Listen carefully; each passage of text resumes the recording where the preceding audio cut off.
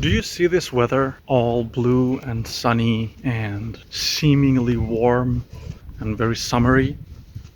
Is that a word? Summery? Well, it's all about to change.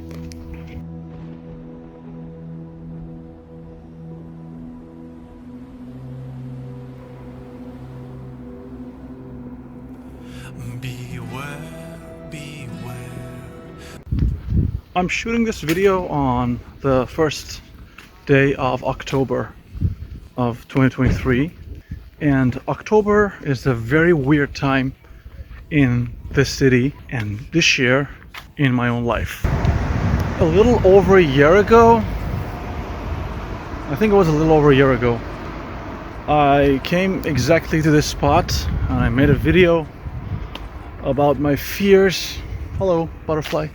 About my fears, about the concept of catharsis, about facing them, the what ifs, the perception of failure or success. And it truly was a very scary time in my life, those days. Daughter of the sea, why this? Did you forget your seaside days? October in this part of the world is a very weird time because you wake up to this kind of weather. You think, you know what, it's kind of cool, let's just well, it's kind of warm, let's go for a cool walk and chill. And in like a couple hours this whole thing turns gray. It starts raining, it starts snowing, freezing cold for like 3 hours, and then it stops, it becomes warm again, and then there's fog. So it's just a bunch of everything happening at the same time, which is a very, in my mind, is a very apt metaphor for how I'm feeling and how these days are happening to me. In the universe of teaching, in any universe where there is an input and an expected output, we have these things called, well, depending on where you look at it and how you're looking at it, either summative or formative evaluations. They're basically milestones that you reach, and you like to use those, like those moments, to verify if what you've been doing or if what you had been doing is working.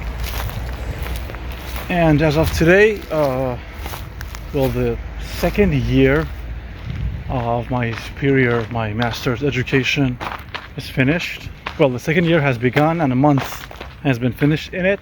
And as is the case with everything that we do, I would like to evaluate myself.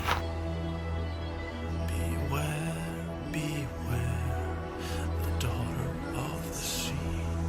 Beware, beware.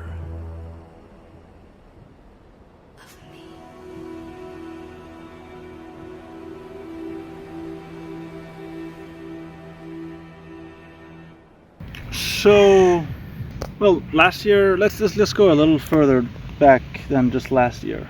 A few years ago, I had completely given up hope of ever being able to continue one of my biggest passions in the world, which is my studies in linguistics and languages, in instructional design, all of those fancy buzzwords that are associated with modern ways, well, modern, in huge quotations, modern ways of teaching, didactics, all those things, because I was stuck in a time loop back in the old country.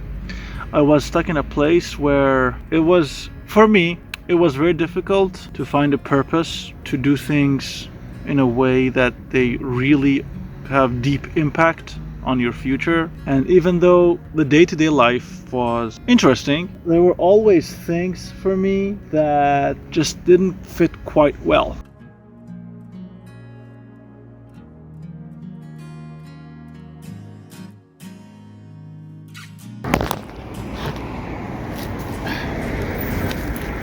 Over a year ago, I sat on this exact same tree trunk, which is now converted into a bench, and I shared my fears. And now, the first year of master is finished.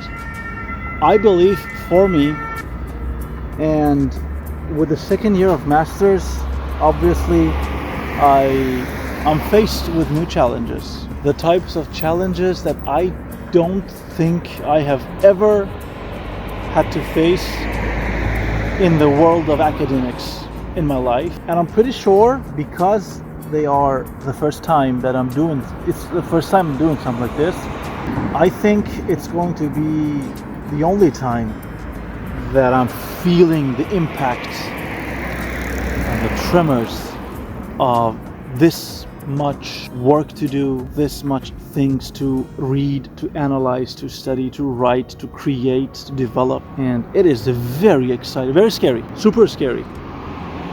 Like really, really scary, right? But very exciting.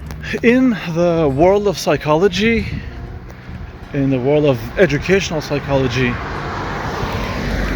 and also behavioral psychology, there are these two big words that everybody loves to throw around like it's candy.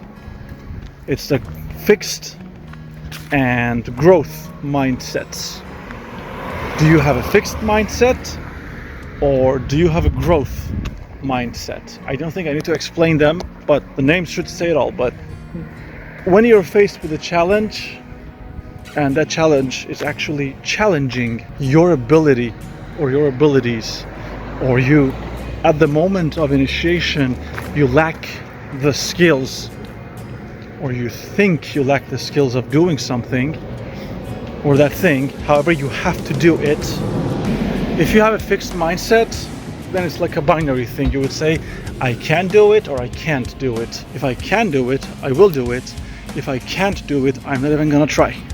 And for some things, this may be a good idea. This might be a good approach. This may be a good, style of thinking.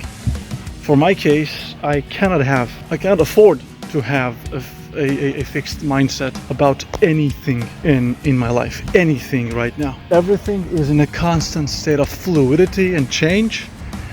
Very scary. Very scary. But I believe completely doable. In the beginning of this video, I said that all of this weather is gonna change in a couple days, if not today.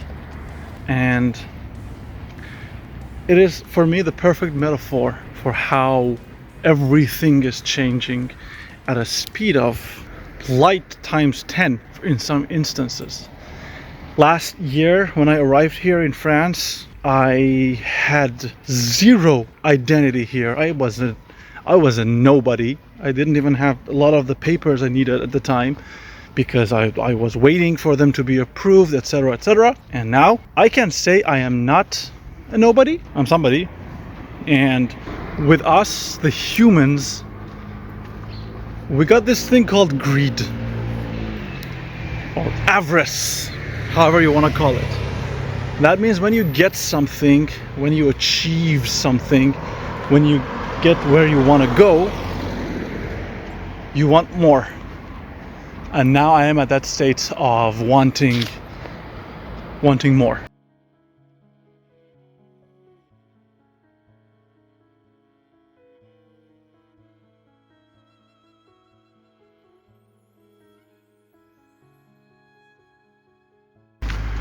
So, to sum it all up, I believed that last year was going to be the hardest year of my life, because I was immigrating after 11 years of trying, because I was about to test my chances to apply for masters in a prestigious university in the world. And I was not wrong, but I was inaccurate, because what's the word I'm looking for here? The superlatives. The superlatives usually don't work in real life. You can't say this year was the hardest year, or this year was the easiest year, or this thing is the easiest thing to do. Everything is granular. Everything is, based on a spectrum. If I know, or if I knew what I know now, or if I know what I know right now, it is because of everything that I've lived to this point.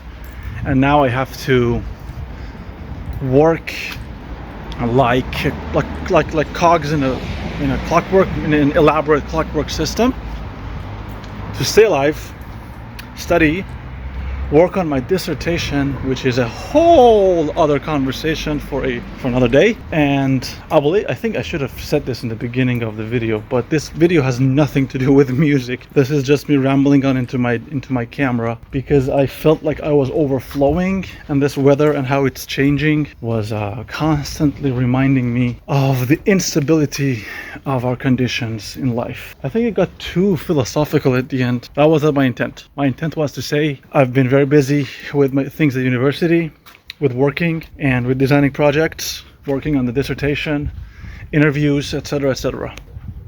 Well, I believe, if I'm not mistaken, based on what I have in my head and the plannings I have, the next video should be about music, but should. If you're watching this video until now, if you've been watching until now, it's been a pleasure. Really appreciate it. I just passed 200 subscribers on YouTube. I know 200 is nothing, but it's twice as 100, and it's 200 times 1. So thank you so much. I'm a musician, and you can find everything in my music, like my discography and everything, in a Spotify link. It would mean a lot to me if you could check it out, listen to what I do. The music you've been hearing in the background of this video is the stuff that I've done, probably recent things, and I guess I will be seeing you in the next one. As I'm getting back, I would like to thank you so much for watching, and if there's one thing I want you to remember, or I wish you would remember from this video, is that having a fixed mindset on things is not always a good idea. Usually if you have this, more complex, elaborate, and fluid system of growth, helps a lot to overcome insane difficulties. Thank you for watching. I think this was a longer video. Apologize. I'll see you soon, and peace.